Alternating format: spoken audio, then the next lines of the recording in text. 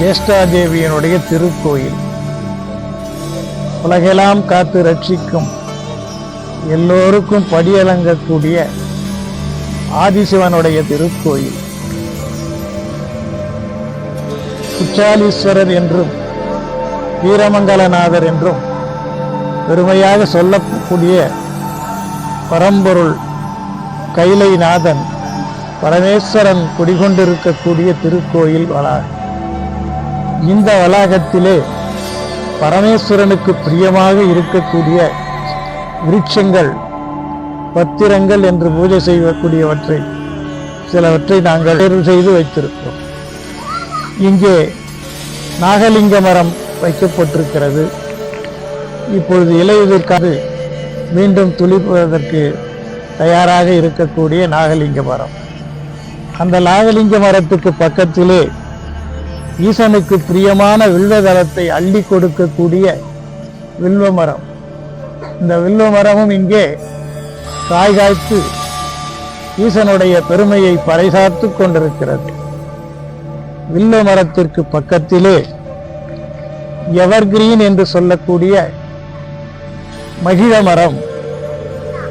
இந்த மகிழ மரம் எப்பொழுதும் பசுமை நிறைந்ததாக இருக்கும். மகிழத்தினுடைய பெருமை என்ன? அந்த சொல்லிலேயே மகிழ் என்ற ஒரு வார்த்தை இருக்கிறது. ஒவ்வொருவரையும் மகிழ வைக்கக்கூடிய மரம் மகிழ மரம். மகிழம்பூ ஈசனுக்கு மிகவும் பிடித்தமானது. மகிழ மரத்திலே காய்க்கக்கூடிய அந்த காய்கள் நாம் பறித்து இல்லத்திலே வைக்கின்ற பொழுது ஈசனுடைய சோதரியான மகாலட்சுமியும் நாம் இல்லத்திலே வந்து குடியமர்வார். அப்படிப்பட்ட அற்புதமான ஒரு விருட்சம்தான் இந்த மகிழ விருட்சம். நட்சத்திரங்களிலே அனுஷ நட்சத்திரம் என்ற நட்சத்திரத்திற்கு உரிய ஒரு விருட்சமாக இந்த மகிழ மரம் இருக்கிறது. அனுஷ நட்சத்திரத்திலே ஜனித்தவர்கள் மகிழ மரத்துக்கு பூஜை செய்து வலம் வந்து வேண்டினால் அவர்களுடைய குறையெல்லாம் தீர்ந்துவிடும் என்று நமது முன்னோர்கள் சொல்லி இருக்கிறார்கள்.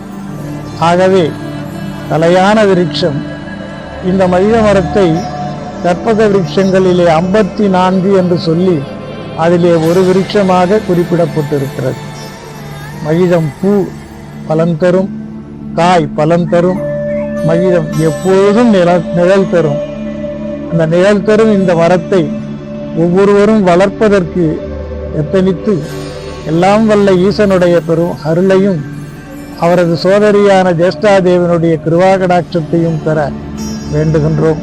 எல்லாம் இந்த வயது.